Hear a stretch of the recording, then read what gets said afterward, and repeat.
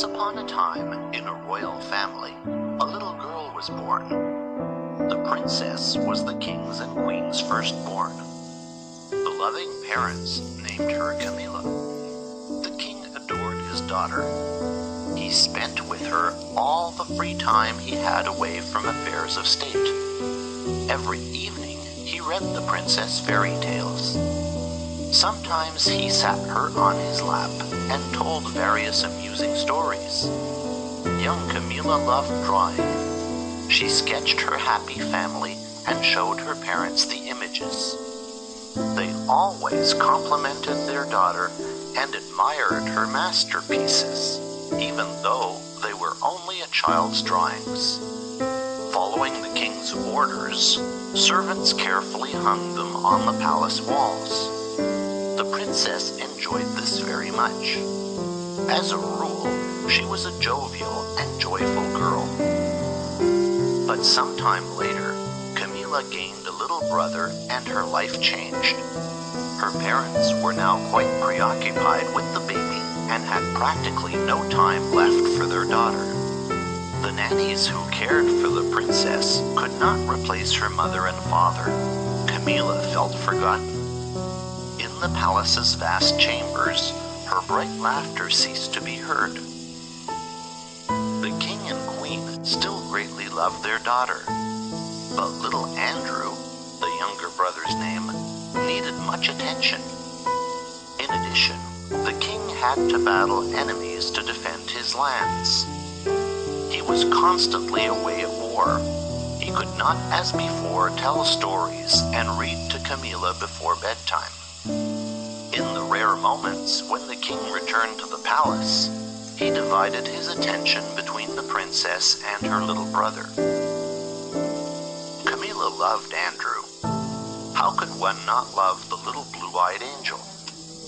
Andrew also adored his sister. He constantly smiled at her. But as soon as the little prince began to cry, the king and queen abandoned all their occupations and rushed to him. They took the baby in their arms, hugged and kissed him, as they once did with Camilla. Now if the princess cried, she was told, "But you are an adult. What example are you showing to your junior brother?" In such moments, Camilla hated Andrew and thought it would be better if he had never existed.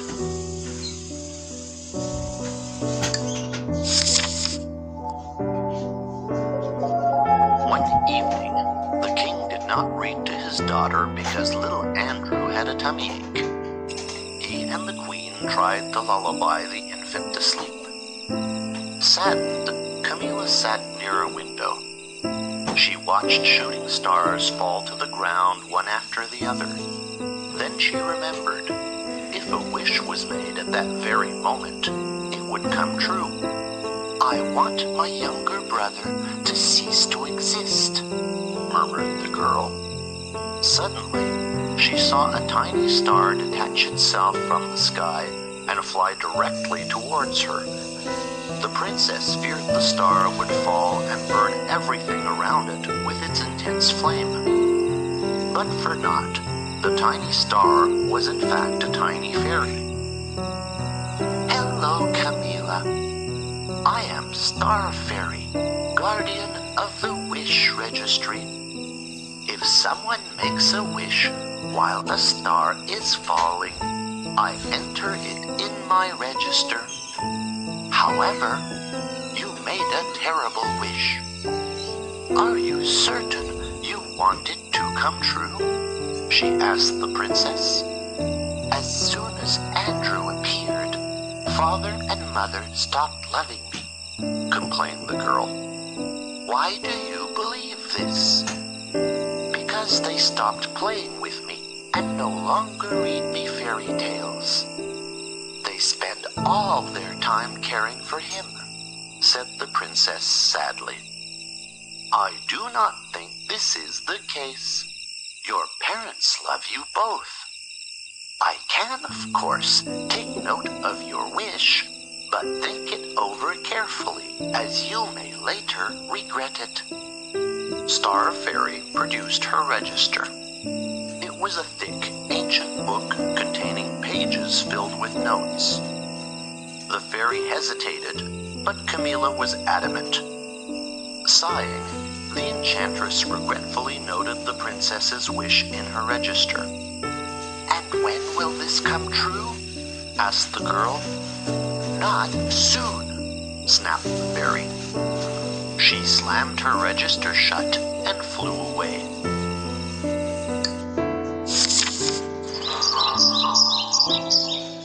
Time passed. The prince and princess grew up. Camilla became a beautiful young lady, and Andrew a cute rascal who never managed to stay in one spot. Over the years, the children became inseparable. As happens between all friends, they sometimes argued, but later they invariably reconciled. The prince was always willing to protect his sister from any hazard. Camilla covered for her brother with their parents when he got into mischief. Neither prince nor princess could imagine life one without the other. One day, Andrew was climbing through trees in the royal garden, peering into windows and frightening the servant girls. For an instant, he lost his balance, could not hold his position, and fell. Over a few days, the kingdom's most talented healers did their utmost to save the prince. They administered him every imaginable decoction and potion. However, Andrew's condition did not improve. "We did our very best. There is nothing more we can do to help your son," sadly announced one of the healers to the afflicted king. Princess Camilla did not take a single step away from her beloved brother's bed. She overheard everything. Suddenly, she recalled that she made a terrible wish as a little girl, and that Star Fairy had noted it in her register. "Is all of this due to me?" mused the frightened Camilla. "How could I have wished such a thing? It must be remedied immediately." When night fell, the princess began to gaze at the star-filled sky through a window. Maybe luck would smile upon her. She would once again see a shooting star and meet with the fairy. But Camilla hoped in vain. So she snuck out of the palace to search for the enchantress.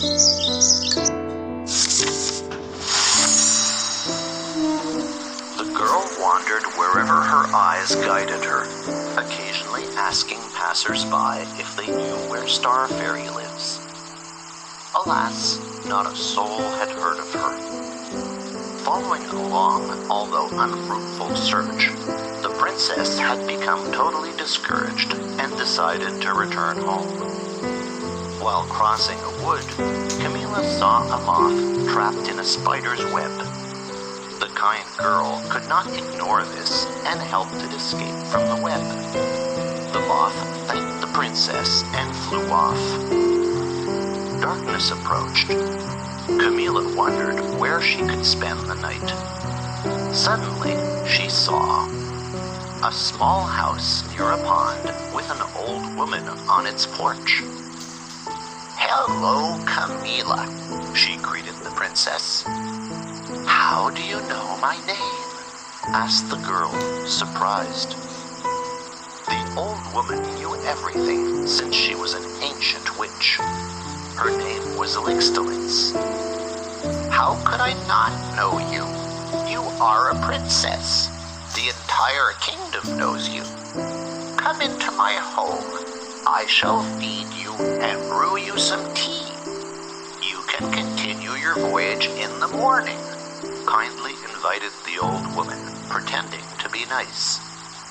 "Thank you for this attention, Grandam. Do you know where I may find Star Fairy?" asked Camilla while taking a seat at the table.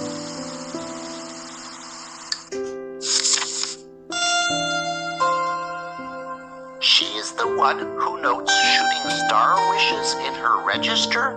Of course I know. Drink your tea. I shall tell you all about it in the meantime. Star Fairy inhabits an abode far beyond the clouds. It is possible to reach this place by treading the clouds in the sky, although not those we can observe during the day.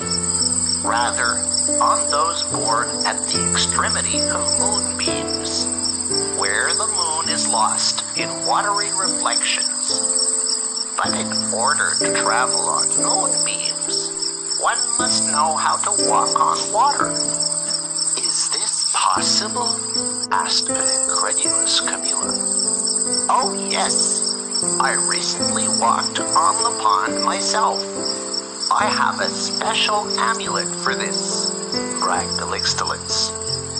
The girl had barely finished her tea that she plunged into a deep sleep. For the witch had not brewed her ordinary tea, but one containing a sleeping potion. Elixtilence had her own plans for the princess. The witch was heavily indebted unto the master of the underground kingdom, and the latter was at that very moment searching for a fiancé. He could hope for none better than the princess to fill this position. After all, the king of the underworld could not marry a common girl. Therefore, the witch decided to placate the lord of the underworld so that he would free her of all her debts. Elixtilence locked the sleeping girl in the house and set off for the underground kingdom. Camilla awoke. The door was locked and not a soul in sight to ask for help. So she remained imprisoned until nightfall. Suddenly, she heard someone tapping gently at the window. The girl rushed to the window, but nobody was there. Once again, a barely audible tap.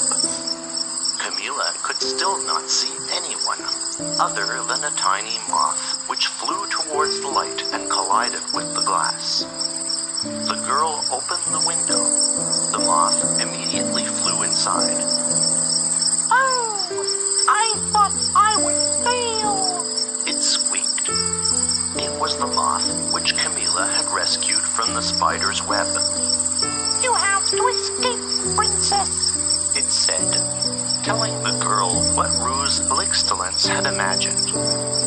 I cannot escape. The door is locked. Also, I truly need the witch's amulet to save my brother. Maybe I can help you with something, asked the moth. What could you possibly do? You are so tiny. And so, my family is vast.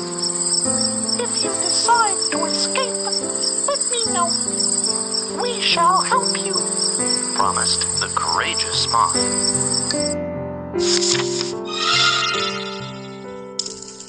Soon afterwards, the princess heard Elixtilence returning and the tinkling of keys while the latter began opening the door. Camilla lay down and pretended to sleep. There she is. But look, I bring her a fiancé, yet she still sleeps.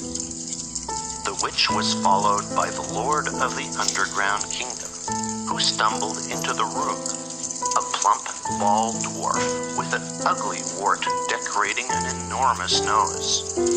In his ears, spiders had spun webs, hanging by them like earrings. He began to contemplate Camilla. Yes, my fiancé is quite beautiful. Elixtilence, I liberate you of all your debts, said he with conceit. Get up, beauty, lest you sleep your happiness away. The witch set about rousing the princess. But I no longer sleep, and I'll marry if the suitor meets my prerequisites. But what prerequisites? Gaze upon your suitor, not a man, but a dream. Excellence was annoyed. The princess glanced at the dwarf and was startled, so ugly and hideous was he. "Well, I shall make your wishes come true. This shall be my wedding gift. Request whatever your heart desires," he said in a sudden fit of generosity. Camilla pleased him. He wanted her as wife at any cost. "May the wedding ceremony be carried out at night near the pond. The guests who come shall carry candles," requested Camilla. "So romantic. This pleases me. A good wish," agreed her suitor. "And one last condition. During the wedding, I shall wear an amulet which makes it possible to walk on water," added the princess.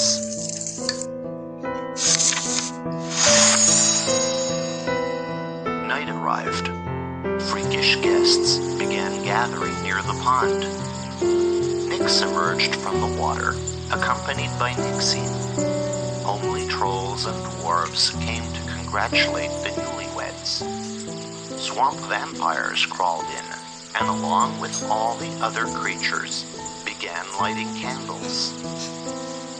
"It is time. You must not keep your fiancé waiting. He might change his mind," said Excellence. She then accompanied the princess to the pond. A moth flew nearby. Camilla glanced furtively at the sky, but the moon disappeared behind some clouds. The wedding ceremony began. "Do you take Princess Camilla to be your wife?" asked the officiant, an enormous green toad, to the king of the underworld. "Yes, I do," he rasped. "Do you, Princess Camilla, take the Lord of the Underworld as your husband?"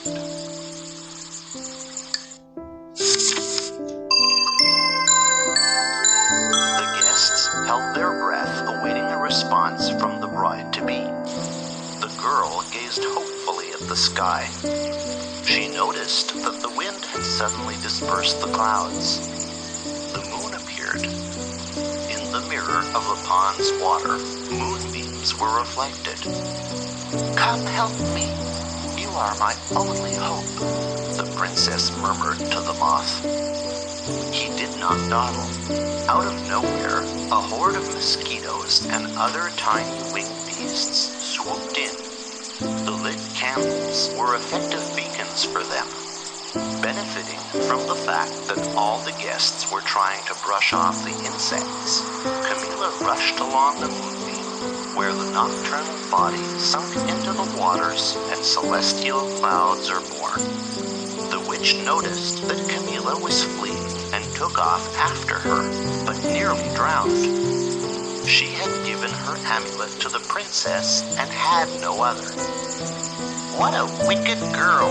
She has outwitted Excellence herself," the witch hissed indignantly after her.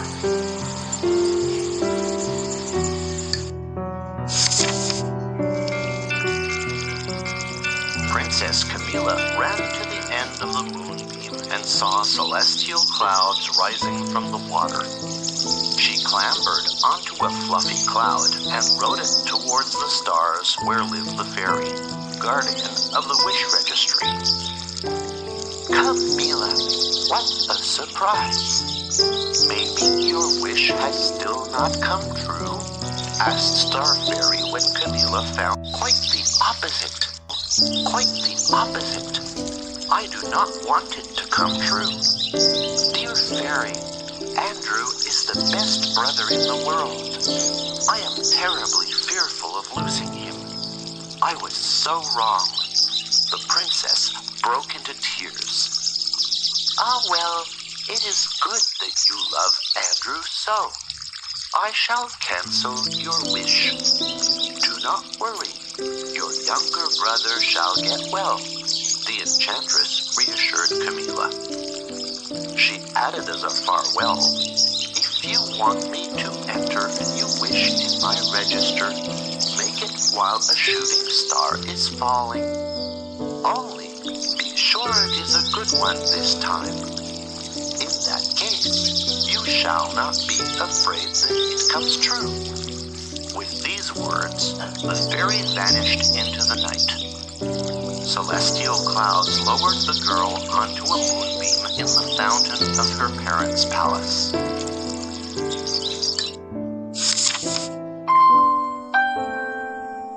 The next day, everyone was incredibly happy about Camilla's return. Andrew was the one who rejoiced most of all. He had recovered and already ran all over the palace. In the evening, when Andrew went to bed, he asked his sister where she had disappeared to. Camilla hugged her brother. She began to tell him about the wish registry and star fairy, about the insidious Elixtalents who had nearly married her to a horrible dwarf, and how the courageous moth had helped her escape. Andrew laughed, not believing a word she said. The king and queen did not believe her either.